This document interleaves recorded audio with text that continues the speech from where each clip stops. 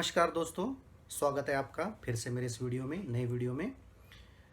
अभी मैंने कुछ दिन पहले एक वीडियो बनाया था कि टीचर्स वीडियोस बना रहे, ऑनलाइन बना रहे तो उनको कितनी मेहनत लग रही है।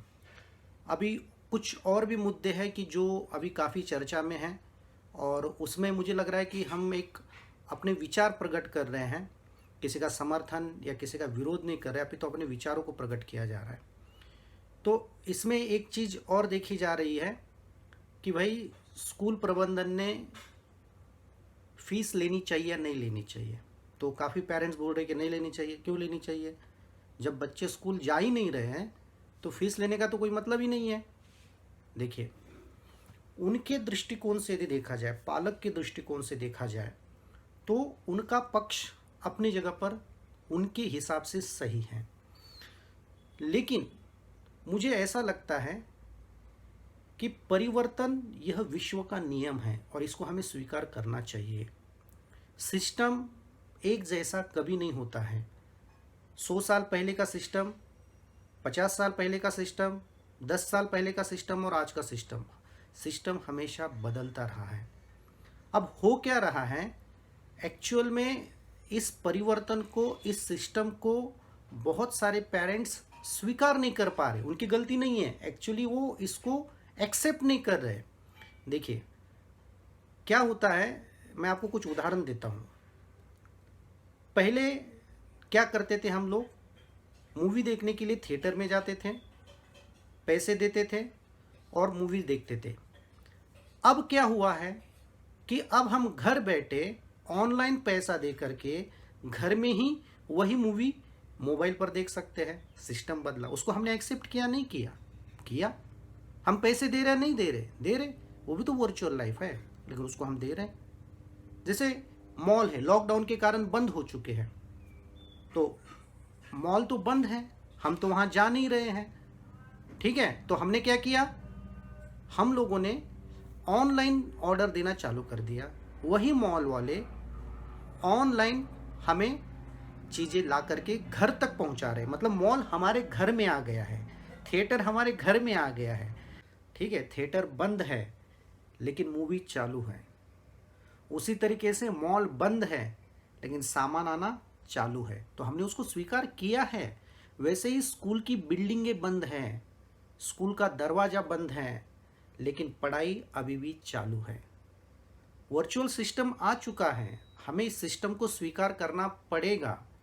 हम कर रहे हैं।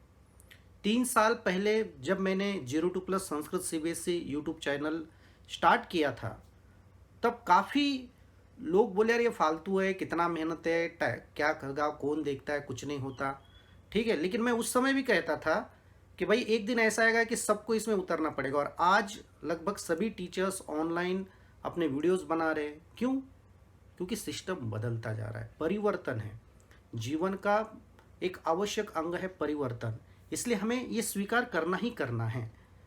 पुराने ज़माने में वधू और परिचय, ये बड़े बड़े प्रोग्राम नहीं होते थे। शादी के पहले हम किसी के घर में जाते थे और फिर लड़की को लाते थे, लेकिन आज स्टेज पर जाते, अपना परिचय देते, लड़का भी जाता है, लड़की भी जाते। हमने उस सिस्टम को एक्सेप्ट कर लिया। उसके बाद का सिस्टम क्या आ गए भाई, ऑनलाइन ही शादी.com ये आ गए, उससे हम कर रहे हैं। तो सिस्टम हम स्वीकार कर रहे हैं ना। अब ये स्कूल के इसमें अभी तक ये सिस्टम नहीं आया था, डायरेक्टली नहीं आया था, जो अब आ चुका है, तो उसको आप स्वीकार कीजिए, एक्सेप्ट कीजिए। हमें इसको करना ही पड़ेगा। इसके अलावा अभी तो कोई दूसरा ऑप्शन ना आपके पास है ना हमारे पास है, ठीक है। जैसे आप देखिए, ये बायजूस चला रहा है, तो इसको हमने स्वीकार किया नहीं किया।